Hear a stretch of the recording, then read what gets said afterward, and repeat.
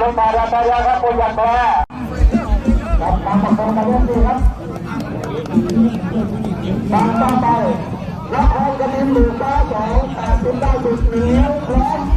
อลังการสองโมงนะครับการเล่นเชื่อ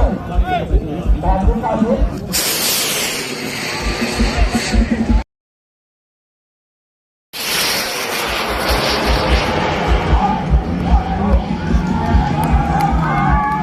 ปุยยันแพ้ครับเสียบยาวลงมาแล้ว